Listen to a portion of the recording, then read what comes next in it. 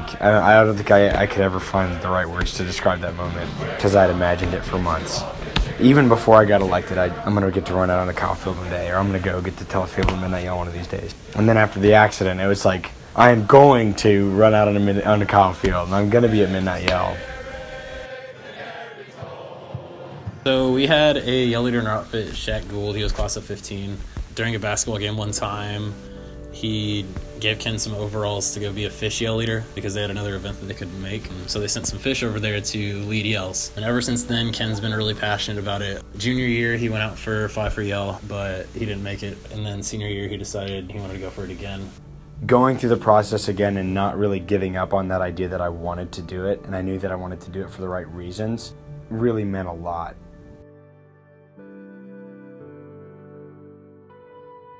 The thing that scared me above all else was that I had finally gotten into this awesome position, and that by some just sort of freak accident that would get taken away. But I wasn't worried for my own personal reason for being a yell leader.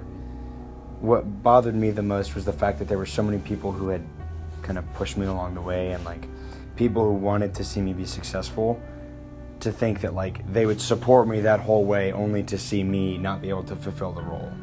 I'm I just want him to walk again, but I'm thinking about what's going through his head. How hard is this for him?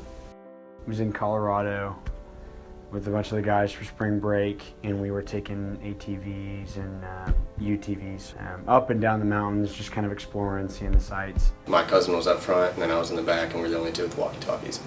And that way, anyone in between, we'd be able to radio each other. Connor Jones and I were locking the gate to his land, and Ken was supposed to be in front of us, so we were probably about 3 or 4 minutes behind him. To memory, I remember going around the top of a hill, fishtailing out on a bad patch of gravel, and then hitting a bump where the back wheel sank and flipped it sideways going down the hill. And that's all I remember. Came over a hill and we saw a ATV kind of on its side. Tried radioing Connor's cousin, but the radios were out of range, so those wouldn't work either. So pretty much our only choice was to wait for Connor's cousin to come back. I tried to call Ken's mom after walking around the field that we were in for probably 20 minutes. I finally got a little bit of a signal, and I was able to call her, and the only words that I were able to get out was, Ken crashed an ATV, but he is okay. And then it cut off, and I wasn't able to call her until I got back to the house. I remember, I was sitting on the couch, and I remember getting the call, and we knew it was Kenny's phone, but it wasn't Kenny's voice. It was someone else, one of his buddies. And Miss Belden, Kenny's been hurt. It did do that. It went out, I'm like, what? And then it did that again. He's okay, and then it cut out. And the first call was at 4:30 or 5 o'clock, and we really didn't have any clarity till around 10 o'clock on what had actually happened, other than, he was injured and there was an ambulance on the way.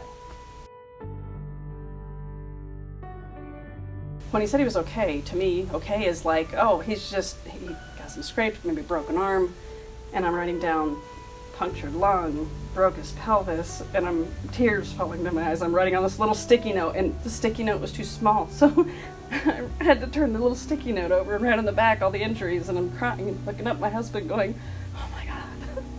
So it was horrible, but he was alive, and he was moving, so. There wasn't really a day that he got down or felt sorry for himself at all. He was just so positive, and that it's a huge part of recovery. On the road, then turn left. Can you know what road this is? Is it 4800? No. What is it? It's the road to recovery.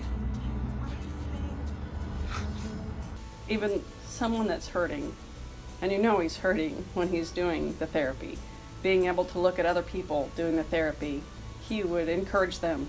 I know he's in pain, but he would turn to the old man in his walker, stood next to him. He said, "You want to race?" or whatever, to cheer that person up. And sometimes they yeah, let's go.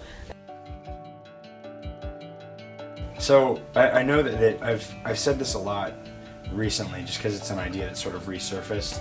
So throughout the course of your life, you have an opportunity to impact a small amount of people in a big way, or a large amount of people in a small way. But there are a few times in your life where you're presented the option to impact a lot of people on a very large scale.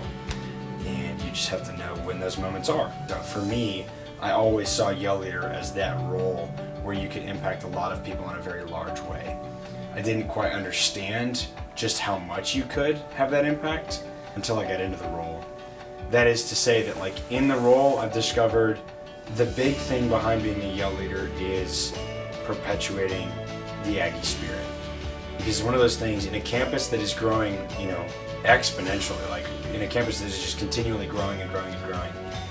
It is harder and harder to find people who really get it with the Aggie spirit and really appreciate it in the same way that you do.